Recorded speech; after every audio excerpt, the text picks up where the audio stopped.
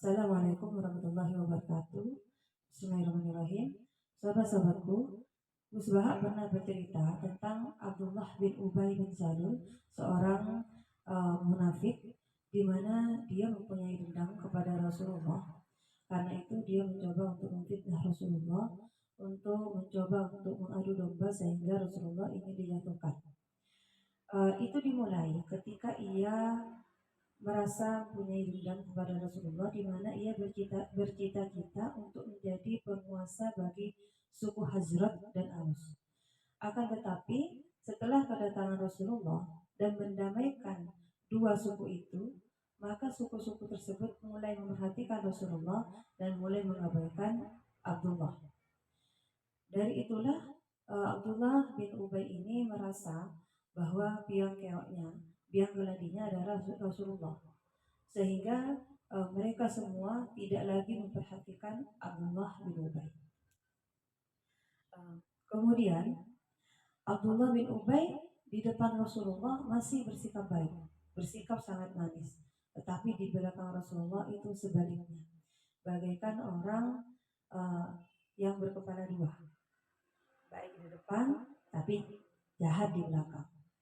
Maka kalau ada sesuatu kata yang mengatakan bahwa orang yang jahat itu lahir dari orang yang baik yang tersakiti, menurut saya ini tidak benar. Kenapa? Karena seharusnya orang baik sekalipun disakiti, ia akan memilih tetap baik. Nah, kalau Abdullah bin Ubay memilih untuk menjadi tidak baik setelah disakiti, setelah merasa tersakiti, menurut saya itu karena memang kepribadian dari Abdullah itu memang tidak baik. Pada dasarnya memang tidak baik. Karena segala sesuatu kebaikan yang didasari karena Allah, dia tidak akan pernah merasa rugi dengan kebaikan itu. Akan tetapi ketika kebaikan dilakukan bukan karena Allah, bukan karena lillah, maka yang ada hanyalah kecewa, yang ada hanyalah rasa amarah, sehingga pelampiasannya adalah dia mempunyai dendam dan dia melakukan sesuatu yang tidak terpuji, seperti yang dilakukan oleh Abdullah bin Ubay bin Salul. Nah, apa saja kemunafikan yang dilakukan oleh Abdullah bin Ubay bin Salul? Salah satu fitnahan dari Abdullah bin Ubay adalah dia menyebarkan gosip bahwa untuk apa menolong kaum muhajirin, karena nanti kaum tersebut bisa-bisa melunjak dan bisa-bisa mereka yang menguasai kabilah tersebut, lalu suku itu sendiri nanti yang akan disingkirkan, yang akan diabaikan. Nah, hal ini didengar oleh Zaid bin Arqam, kemudian disampaikan kepada Rasulullah. Ketika mendengar hal tersebut, Umar bin Khattab, sahabat Rasulullah, lalu meminta izin kepada Rasulullah untuk memenggal kepala Abdullah bin Ubay. Tapi Rasulullah menanggapi dengan sangat tenang. Rasulullah berkata, kalau kamu bunuh Abdullah bin Ubay, maka apa kata orang-orang?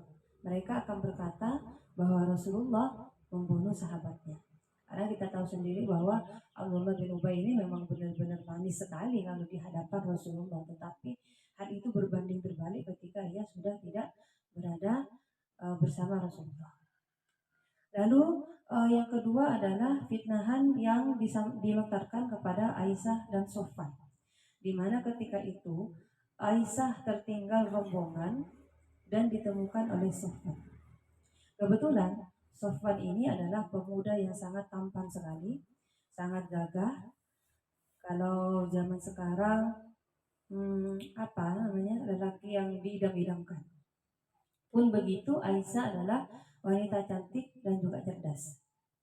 Kalau seandainya mereka berjodoh, itu bisa dikatakan mereka pasangan serasi. Nah, itulah yang digembar-gemborkan oleh Abdullah bin Ubay kepada kaum muslimin, sehingga menimbulkan fitnah, bahkan menimbulkan goyahnya rumah tangga Rasulullah. Untunglah Allah yang memberikan penjelasan lewat ayat-ayat Al-Quran.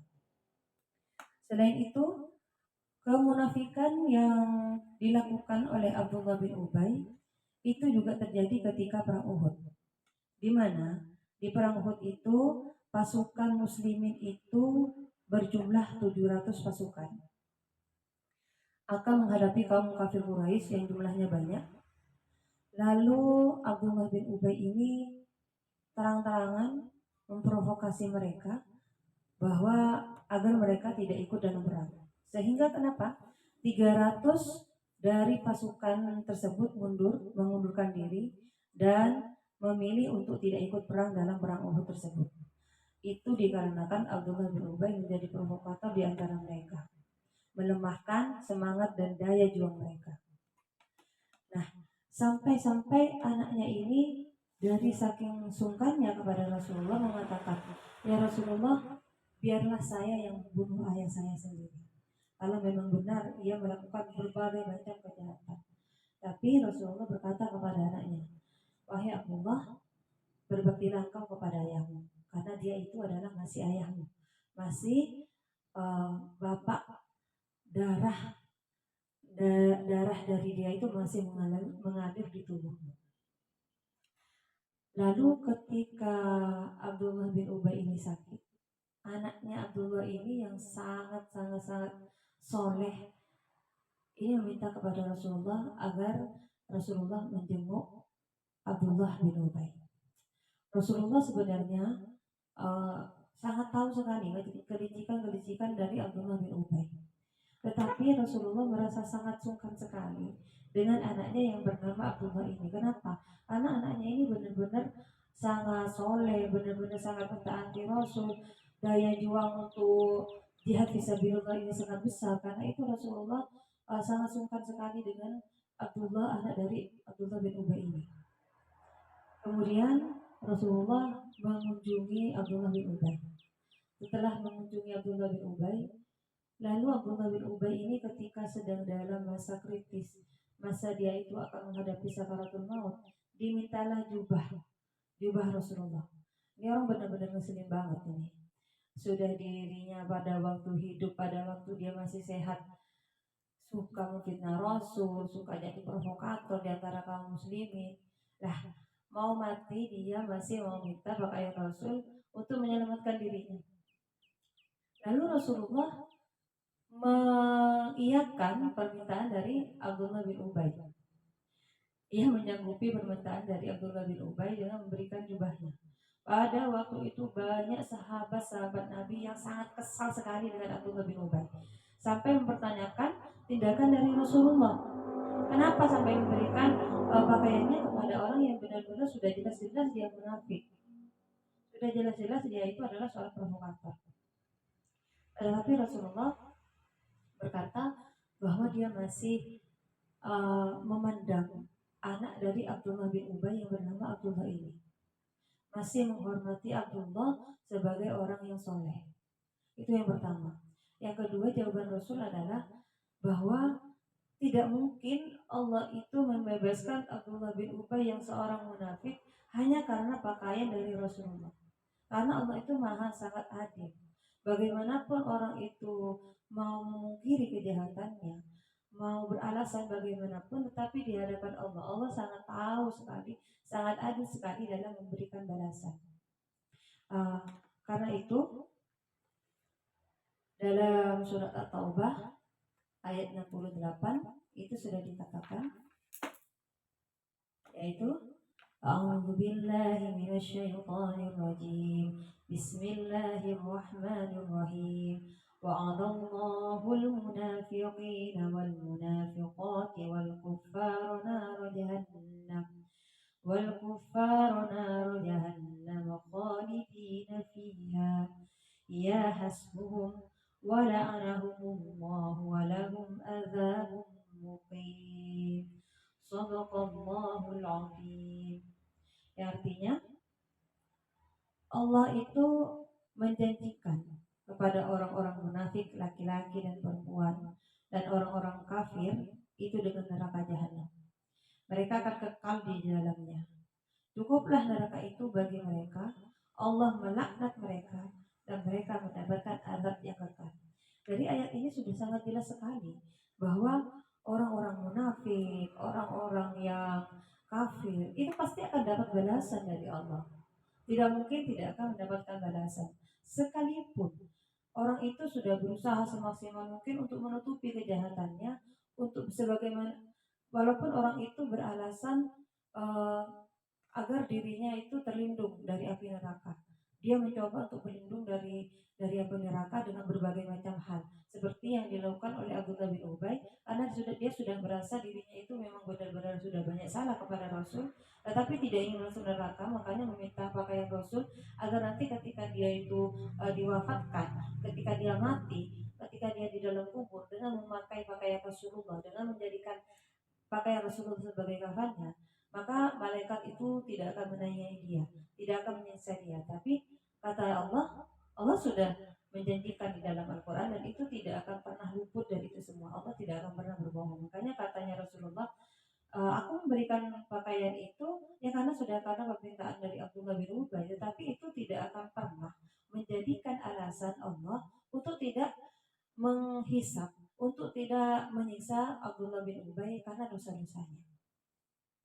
Nah, hikmah dari Rasulullah memberikan jubah tersebut, menurut Musbaha dalam sebuah riwayatnya dikatakan bahwa uh, malah banyak orang yang semakin respect dengan Islam, banyak orang yang respect dengan Rasulullah. Karena itu orang-orang itu terbuka pikirannya bahwa selama ini memang benar bahwa Abdullah bin Ubay ini yang memfitnah Rasul, bahwa memang Rasulullah itu memang orang baik. Apa yang dikatakan oleh Abdullah bin Ubay itu salah semua. Apa yang dikatakan oleh Abdullah bin Ubay itu hanyalah fitnah belaka. Dari kejadian ini banyak sekali orang yang malah respect dengan Rasulullah, yang malah banyak yang masuk Islam, yang banyak mendalami agama Islam. Hikmahnya dari Rasulullah masih bersikap baik kepada orang yang benar-benar dan sudah jelas-jelas dia itu orang munafik, orang-orang yang selalu jadi provokator di dalam tubuh Islam itu sendiri. Semoga dengan ini kita bisa mengambil pelajaran. Walaupun tentu saja itu sangat sulit sekali bagi kita, terutama bagi saya, bukan kita, terutama bagi saya itu sangat sulit sekali, karena ketika ada orang yang jahat kepada kita, ada orang yang begitu buruk perlakuannya terhadap kita, rasanya hati ini memang sangat kecewa, sangat marah, ingin sekali membalas semua kejahatannya.